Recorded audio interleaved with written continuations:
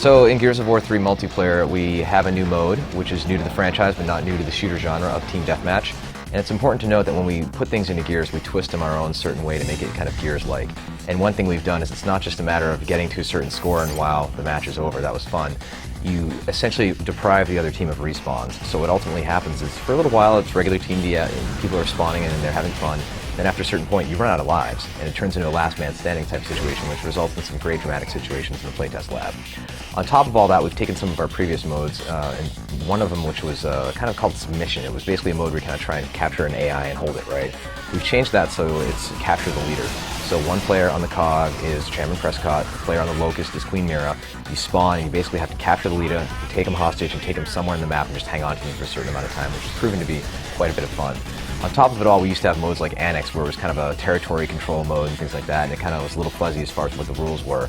We've consolidated and changed that and modified it and streamlined it into a mode that's essentially a territory-based mode where it's king of the hill. So find the circle, hold it, sap it to the points, get a certain percentage point to win, and then it moves to another location, which has provided some very strategic and fun matches for us. So the weapons, of course, are one of the great things people love about Gears of War, and we've added in a sawed-off double-barrel shotgun. And this gun is really like it's a cone of death in front of you. If you go more than a few feet away from somebody, it doesn't do too much damage.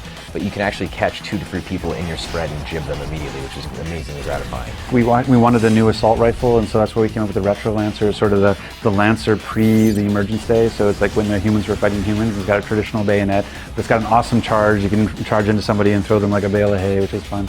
But also to the novel like the Digger, where you can actually shoot a grenade underground and it pops up behind cover and flushes people out of cover. To the new heavy like the One Shot, which is this really heavy sniper that can blow through a mauler with his shields with a single shot. So we had the full gamut from and then we even did things like changing the pistol, like the Gorgon pistol went from being sort of those burst fire and single fire to now in its sort of the next incarnation it's actually a submachine gun. So it's really good for meat bagging meat bagging and using the Gorgon. On top of that, we have the Hammer Burst returning. It's semi-automatic. Pull the trigger and fire as fast as you can almost. And we have iron sights, which is a first for the franchise, so you can actually zoom in and see your enemy closer and take them out from a longer distance. So everything covered from super close range, the sawed-off double-barrel shotgun, all the way through to the Hammer Burst. Well, there's lots of new stuff you can do in terms of abilities in Gears of War 3. I mean, there's the mantle kick, which is a way of kind of rewarding the aggressor when 2 people are on the same piece of cover, just on opposite sides. You can actually mantle into them and knock them and get a shot off. But there's also things like, with the Retro Lancer charge, we've got things like being able to spot now, where you can spot an enemy for your teammates and call out that you see an enemy. The new TACCOM has new things you can see. You can actually spot, go to a new map and find it where the power weapons are going to spawn right away. There's all kinds of sort of layers we've added into the core gameplay, which just made it that much easier to play in terms of a new player coming to it, but also even deeper too for core players. And then on top of all of that, what we've done is we've added our executions in a way that we wanted them to be unlockable. We wanted them to be something you earn for prestige and that you use to gain extra experience. And by doing that, we decided to have people earn them back. So we basically pulled all the executions away, and then you unlock them as you use particular weapons. But what it does mean is that every weapon has its own unique execution now, unlike Gears 2, where there's kind of hit or miss.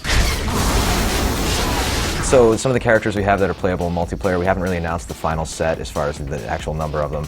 You can play as the Locust Queen in multiplayer now. She's gone from kind of her regal type of dress to like battle armor now, and she's in there with everybody else kicking butt.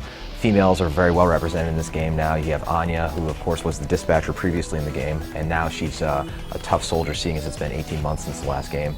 You also have Sam Byrne, who's another really tough female, kind of has a slightly darker complexion and has a little bit of an attitude, voiced by Claudia Black, of course, who's just a wonderful voice actress. As well as unlockable characters, right? We have, you can play as, Augustus Cole, the Coal Train, right? But you can also unlock his thrashball outfit, being, of course, the sport that he used to play. So seeing this guy who essentially looks like a football player running around and beating the crap out of these locust creatures is immensely gratifying. We hope players want to continue to grind and unlock these things. So we have lots of new maps. I mean, I think so far we've revealed 5 of the new maps that we have, and we have everything from, Trenches, which is sort of a locust-themed map, which has a sandstorm that blows in when you hear the horn roar, to Thrashball Stadium, where Cole used to play, to Overpass, which is a sinking map that over time will actually go into the underground as you're playing. And so it doesn't change the battlefield, but it does give a sort of cosmetic change to the world, and makes the maps feel a lot more interactive and dynamic. One of the mantras we have for Gears of War 3 is if you've never played a Gears game before, just give this one a go, right? Because we're going to recap the story very well at the beginning. You're going to know exactly what's going on. when you get into the online space, we wanted to make sure that it wasn't just welcome to Gears, here's a shotgun to the face, now wait 3 minutes to play again for that same experience. The hardcore love it, the casual gamers might not so much. By adding Team Deathmatch, that's going to help so players can maybe only wait 10 seconds in a spawn queue and then they get back in and they get to get some kills and start the experience grind, right? On top of all that, we were putting in a feature that I think might be slightly controversial, but I think is going to help the game in the long run. It's kind of a newbie assistance to the game, whereas we detect if you've never played Gears 1 or Gears 2, have no achievements, you get a little bit of help for your first 10 kills. You get a little bit of extra health, get a little bit of a damage boost. So we can give them a little bit of the taste of how good it feels to take somebody down in the Gears world. So hopefully, by the time this thing eventually wears off, the training wheels are off and they can kill everybody else with equal skill. So originally Gears 2 was slated to ship in April 2011. We have since made the strategic decision to ship it in holiday window for 2011. We're really excited about the delay, actually. I mean, I understand why it's frustrating for some of the customers. And from our side, you know, the fact that we were completely on track for an April release, it is a little disheartening from that perspective. We were getting set up and we were starting to really close down the project and getting ready to ship it for April.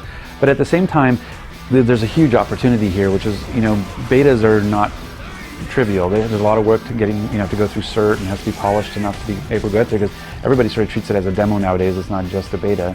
And so to have a highly polished beta and have enough time to get fan reaction so that you can incorporate that reaction into it, it takes a lot of work and it takes time. And so that extra 5 months, you know, in that time period, we're going to be able to do that, and not only do it, but do it on top of dedicated servers so that we can actually really test the scalability and are the data centers in the right place, are we in the right place globally, all that kind of stuff. So we're really looking forward to having, you know, this really polished multiplayer experience when Gears 3 ships. Game is coming out holiday 2011. Haven't locked down a specific date, but it's of course exclusively on Xbox 360.